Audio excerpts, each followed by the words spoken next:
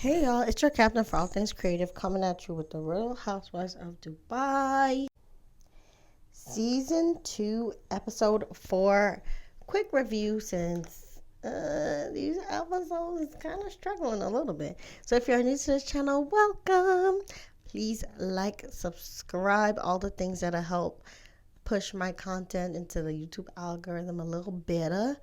And if you're returning, you're a real one. Thank you so much for rocking with us.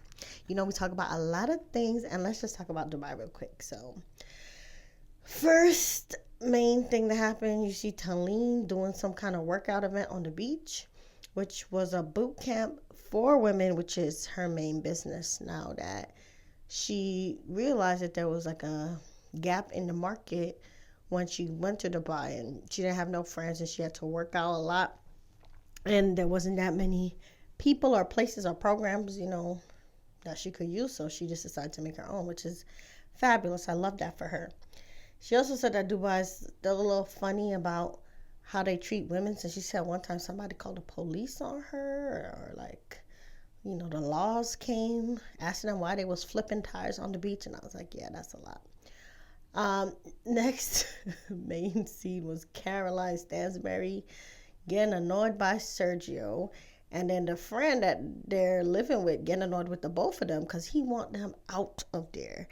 They ain't got to go, but they got to get out of his house as soon as possible. And you can tell that friend slash landlord, low key, because they've been there long enough, they might as well pay the rent. Really cares about Caroline, since when he heard Stansbury and Sergio get to fighting like Itchy and Scratchy down to his house, he went over and was like, hey, what can I do to help take away our stress? But at the end of the day, I'm on Stansbury's side here in the fight with Sergio, since I do feel like Sergio is a little too needy. And it's not just him alone. There are a few men who weaponize helplessness when it comes to household chores and childcare. And even now with moving, she told him several times, listen, I'm dealing with the bills and all these things. Give me a second. But he kept, acting like he didn't know what to do. You're moving. You put stuff in boxes. I mean, there's so many times where common sense goes out the window for men who weaponize helplessness. And when they get to a point where they just annoy you so much that you just do it yourself. You don't want their help anymore. I think that's where Sergio was trying to push Caroline to, and she was not having it. So again, Caroline was taking care of business. She was, paying bills and setting her boundaries and telling Sergio to back up off her because he was being annoying. And I kind of agree with her. He was being annoying. Like, put the stuff in boxes. Leave her stuff alone if you don't know what to do with it while she's, doing her work. And yeah, it's moving. It's not rocket science. Put it in a box. So, Ayan, the queen of the episode, and really the season. If this season will be really boring with Ayan, let's just acknowledge it. Ayan's the star of the show. Without her, it wouldn't be worth watching. And all her scenes are amazing. So she's officially the queen of the show if you didn't know already. But Ayan, Lesa, and Stansbury, they go to do this forensic tooth age check to find out exactly how old Ayan is. But all they found out is that Ayan has a bunch of missing teeth, since apparently her mom took them out her mouth when she was younger. And then they cut also to a small scene of Brooks planning a party for her son. And he's at the age where he's catching attitude with her and everybody else around him. Also, Sarah has some distance boo named Akeem that she met at an investors meeting in Germany. And she's trying to make a deeper move on him.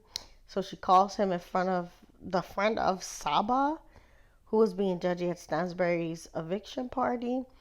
And I don't know how Saba's going to fit with the rest of the women. Like I said, I didn't feel like she fit in to the group as well as Taleen does, because especially, at Stansbury's eviction party, you could see her being like shady and judgy towards Ayan. So I need to see more scenes with her before I'm convinced that she belongs on the show. But the main event is Chanel's Queen event, where everybody's supposed to dress like a queen, and everybody has crowns and everything. It seems like only Sarah doesn't get the memo because she doesn't wear a crown. And in her confessional, she blames Ayan for wanting to look better than everyone.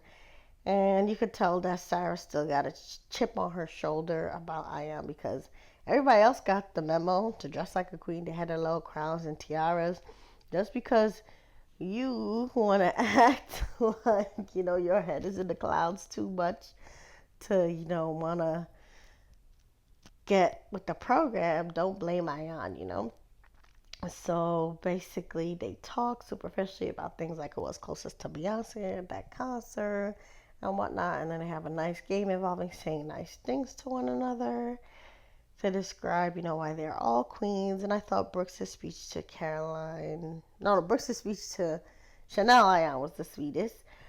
But the main event starts to pop off when Taleen pulls Stansbury aside and tells her what Sergio said about her kids disrespecting him. Now, earlier it was revealed that Taleen's husband, I guess, got to hanging out with Sergio, and Sergio complained about Stansbury's kids disrespecting her. And at the end of the day, I do feel like Sergio has a point because even I peeped that the daughter was being disrespectful at the eviction party when she was talking about how Sergio's going to get to live out his long held dream of wanting to wear a dress when she switches head with Caroline's body on the eviction cake.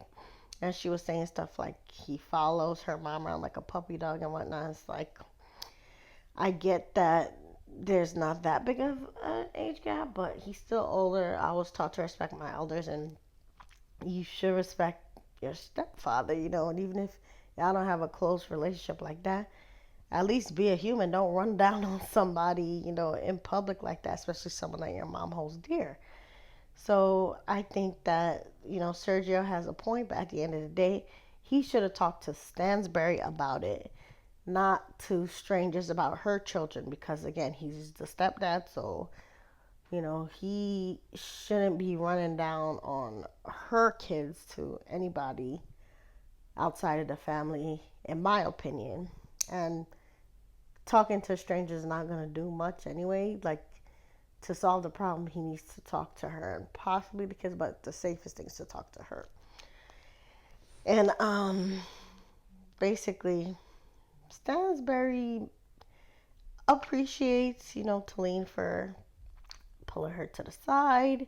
She then makes some excuses for the kids, saying that she and her family has a dry sense of humor, and she's talked to the kids about it, but there's only so much she could do because she can't control them. But she did ask them to be respectful. And at the end of the day, Stansbury also says that Sergio knows where the dough is if he wants out, since she herself won't be really surprised if their marriage doesn't make it past the 10-year mark, which is a little cold-blooded, but I believe her since I know Stansbury must be getting tired of Sergio's neediness, as we saw from the little move-in scene. But at the end of the day, Stansbury and Taleen are building trust and respect, especially during this scene, since, Taleen did the womanly thing of pulling her aside privately, so her business wasn't on Front Street. But Lesa gonna go and get pressed about it. So Lesa ends up calling Taleen all kinds of B words for going off with Stansbury. And I'm on Taleen's side in this little tiff with Lesa, because what Stansbury and Taleen got going on is none of Lisa's business. So if they don't want to share what they spoke about, they absolutely don't have to. And those B words are wild disrespectful, especially since Lesa and Taleen don't know each other like that just yet. So I thought that Lesa was wrong for how she treated Taleen. But Lesa was not necessarily wrong for clocking that Taleen is moving a little funny for someone who's such close friends with Brooks, because Brooks is beefing with Stansbury on Taleen's behalf. And then, Lesa watching Taleen go off with Stansbury while Brooks and Stansbury are beefing It is probably triggering Lesa because she knows Brooks, and she knows that Brooks is clearly being territorial over Taleen. So this actually will probably be an issue in Taleen and Brooks' friendship, since Brooks is calling herself taking on beef on Taleen's behalf. But Taleen clearly has let all of it go and wants to be friends with Stansbury, so Brooks needs to let it go, but I could see their relationship start crumbling for sure, since, you know, Brooks might feel betrayed by Taleen. So Lesa's not wrong in that. But say how you feel about the episode. Be sure to like and subscribe. And remember, you are the master of your fate and the captain of your soul. Bye.